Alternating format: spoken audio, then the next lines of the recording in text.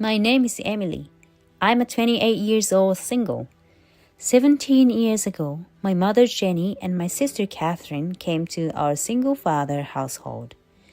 Having lost my mother at a young age and yearning for a maternal figure, I desperately tried to get on the good side of my beautiful mother. I also remember being overjoyed at having a sister since I had always looked for siblings. Both my mother and sister praised our house when they visited, saying, "Oh, what a wonderful home!" Our home was a stylish, two-story, brick-built Western-style house located in a high-end residential area. I believed we would live happily in this house as a family of 4. My mother recognized my efforts and started asking me for various helps. At 11, I had become proficient in all household chores. On the other hand, my sister Catherine seemed not to like me being favored by our father and was mean to me from the start. "I've never seen a lazy person like you. That's why you are so fat." Yes, I've been chubby since I was young, and it was a complex for me. However, in my view, the lazy one was my slim sister, and I didn't think laziness was related to being overweight. If I talked back, I'd be accused of being mean to Catherine, or she'd tell my parents, "She's picking on me because I'm a stepchild." So I just endured silently. When I was 15 and my sister was 17, a 17-year-old boy named Tom moved in next door. Tom was handsome, and both my sister and I were aware of him. One day, while I was cleaning the garden, Tom praised me, saying, "Emily, you're always doing household chores. That's great." Seeing this, my sister later accused me, "You're just pretending to be good because Tom is watching. You are really good at this, aren't you? Don't get carried away, okay? There's no way Tom would be interested in someone fat like you." Although I was used to this, being called an unattractive woman by Tom hurt me deeply. It seemed my sister liked Tom, but nothing developed, and she married another man and left the house a year ago. Soon after, my father fell ill and passed away. Before his death, he called me to his sickbed and firmly held my hand, saying, "Emily, please take care of your mother. She's always been a housewife and doesn't know much about the world. I leave management of the property to you." After my father's death, when settling his estate, I discovered he had many debts, and even with life insurance, there was hardly any inheritance left. Moreover, there was a mortgage of $2,000 per month on the house, with 5 years remaining, which I had to take over. Although I'm a full-time employee at a major company, I have no confidence in my appearance and dislike meeting people, so I work from home. I was able to take on the mortgage. I decided to give my mother a monthly allowance and pocket money out of my own salary. This is all? What about his inheritance? My mother frowned. There wasn't much left in the inheritance. So could you manage within this limit? My mother seemed somewhat skeptical, as if she doubted me. Although I was disappointed that she didn't believe me, I thought it would be easier once the $2,000 loan was paid off, and until then, I just needed to keep doing my best. On the other hand, my sister Catherine, who had married and left home, often returned to complain, "That man doesn't do any housework at all." One day, while I was cleaning the hallway, I saw my mother secretly giving my sister one of my father's cherished brass ornaments in the living room, saying, "This should fetch some money." Recently, I had noticed things disappearing, and now I realized it was because of this. I understood that my luxury-loving sister had been frequently visiting for this reason. But really, is there no inheritance? Isn't she hiding something? My sister clearly suspected me. I wonder. I thought she could give us the living expenses because of the inheritance. She just sits at home clicking away at her computer. You should manage everything, Mom. It's strange for such a lazy person to be in charge. The living expenses weren't coming from the inheritance, but it seemed my mother thought otherwise. I had told her about my remote work, but she probably saw it as just playing around. It was sad to see my father's favorite items disappearing, but since it was difficult to manage on my salary alone, I decided to turn a blind eye to their actions. One day, while I was preparing a meal, my sister Catherine came up to me and asked, "Hey, how long are you going to be a NEET?" "What? I'm working, you know." "Lies. You're always at home, aren't you? Dad's passed away, you know. Isn't it about time you started working?" "What? I've been working for 6 years now." My sister, perhaps frustrated, slammed her hand against the wall, making me jump. "Stop lying." Mom says the same thing, wondering what you are doing wandering around every day. Wandering around? I'm doing the housework like this. Just housework, right? Don't take it easy. Getting fatter and fatter, you've always been lazy since the past. My sister says this, but in reality, I do most of the housework while my mother enjoys a lavish lifestyle with spa visits, theater outings with friends, living as she did when my father was alive. I suspect that the lifestyle can't be supported by the living expenses I provide, so she's probably selling father's belongings. When I kept quiet, my sister, perhaps thinking she'd hit the nail on the head, pressed me farther. "Really? You should give more of the inheritance to Mom, shouldn't you? That allowance is ridiculous." "No, it's because there's hardly any inheritance left." "Stop lying about that too." It seems they both decided that I'm hiding my father's inheritance. "Just because you're his real daughter, you think you can do that? Mom is the one who's been supporting Dad all this time, you know." I didn't know what to say to make them believe me. As I thought about convincing my mother and showing her the reality of our financial situation, news came that my sister was pregnant. My mother was very happy, but also worried. Catherine's husband doesn't do any housework, does he? I wonder if the baby will be born safely. Every day my mother would say such things and I nervously keep in touch with my sister. Thinking that speaking up and making my mother anxious would sadden my father, I decided to remain silent. I believe that families should help and support each other, but all I could do was endure, and it had become a habit.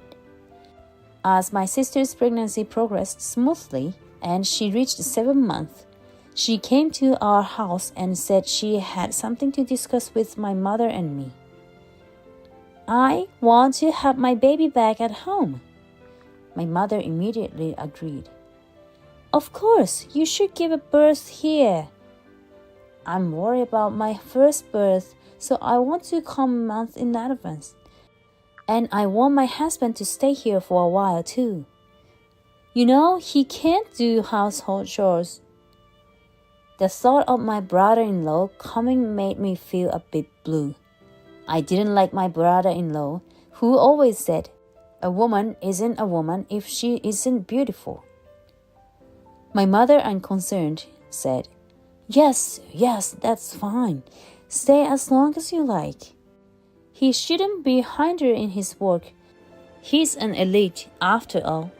As the two of them talked excitedly, I just nodded silently.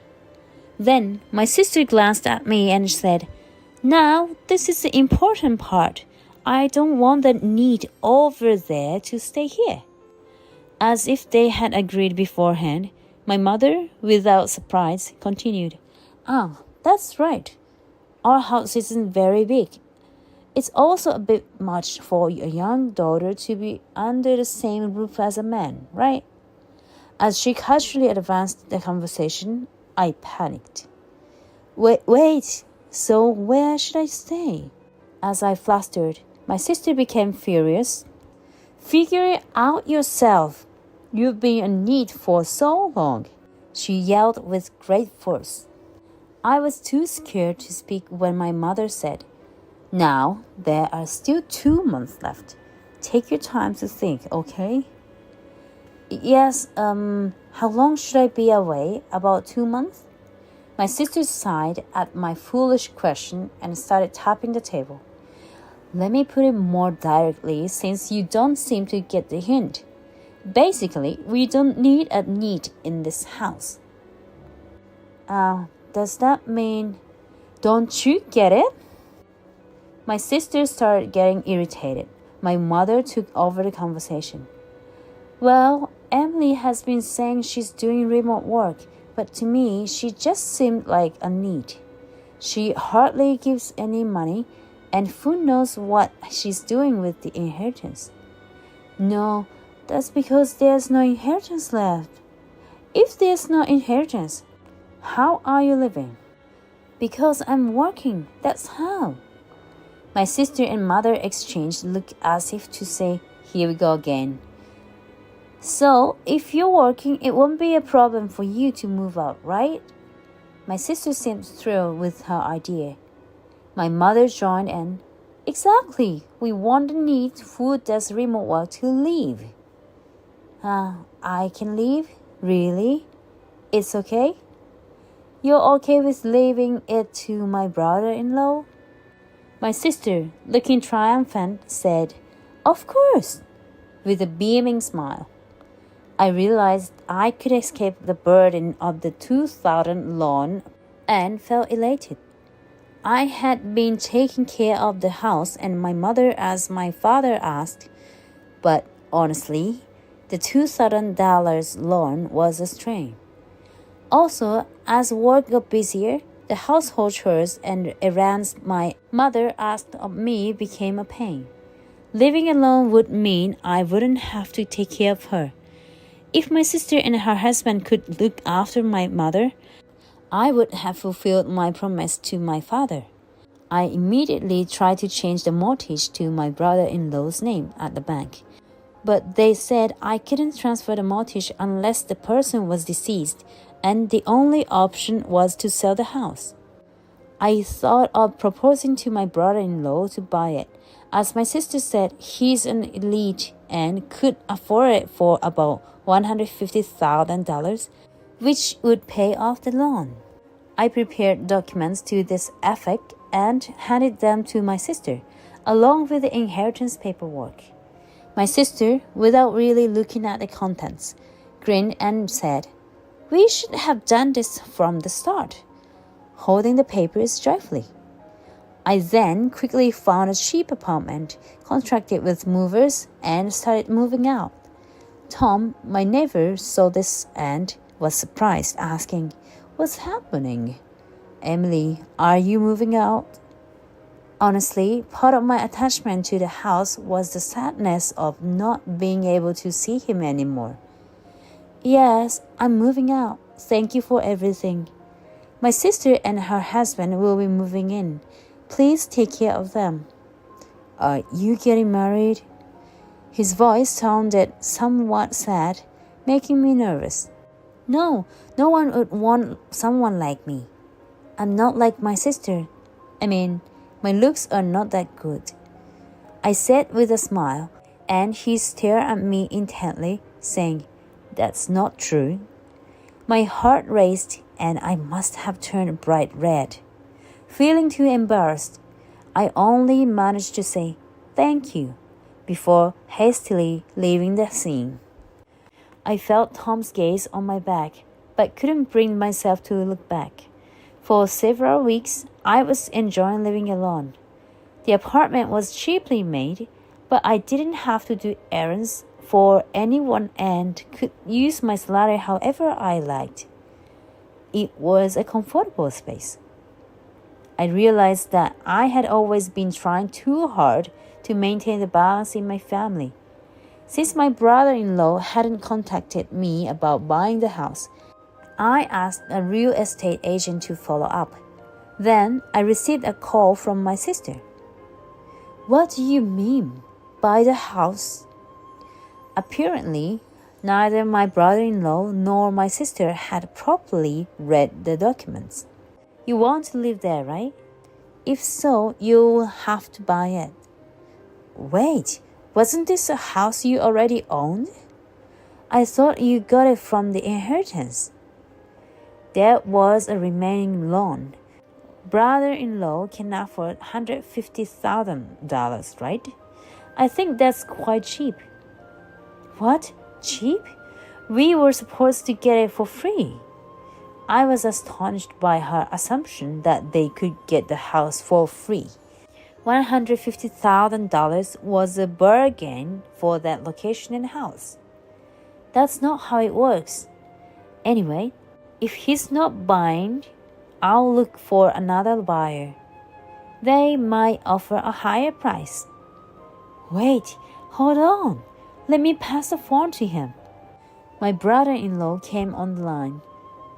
"Hello, this is different from what I heard." "I don't know what you were told, but if you're not buying and still want to live there, you'll need to pay rent." "How much?" "The mortgage repayment is $2,000. "I can't pay that much." "At most, $500. You won't find a renter for that price for this property." "Anyway, I didn't hear about this. I'm not paying a penny." With that, the call ended.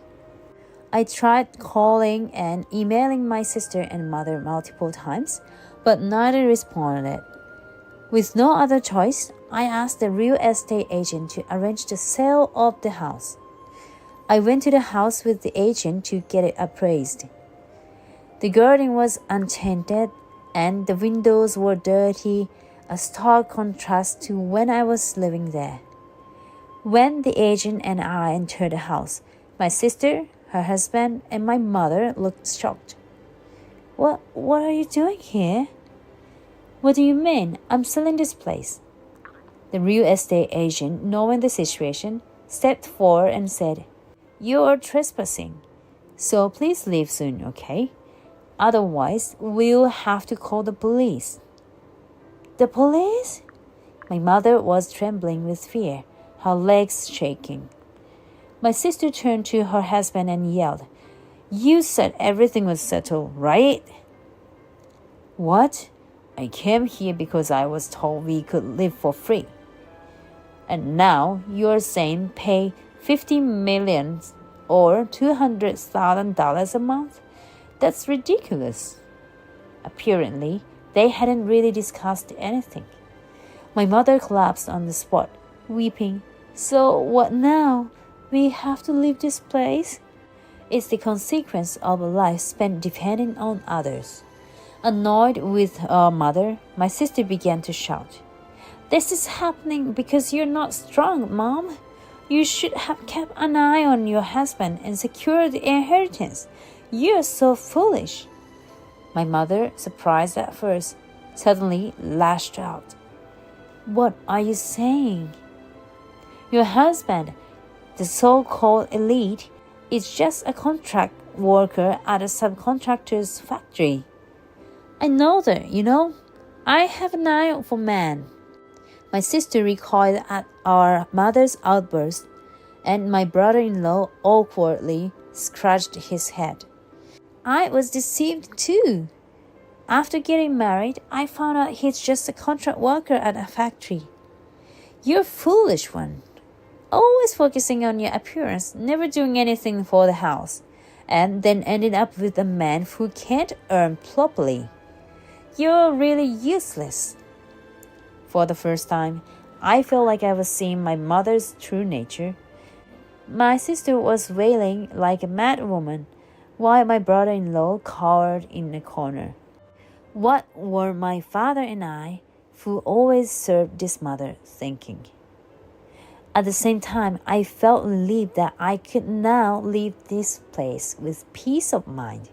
Leaving them to their argument, I stepped outside with the real estate agent, and then Tom appeared in the garden.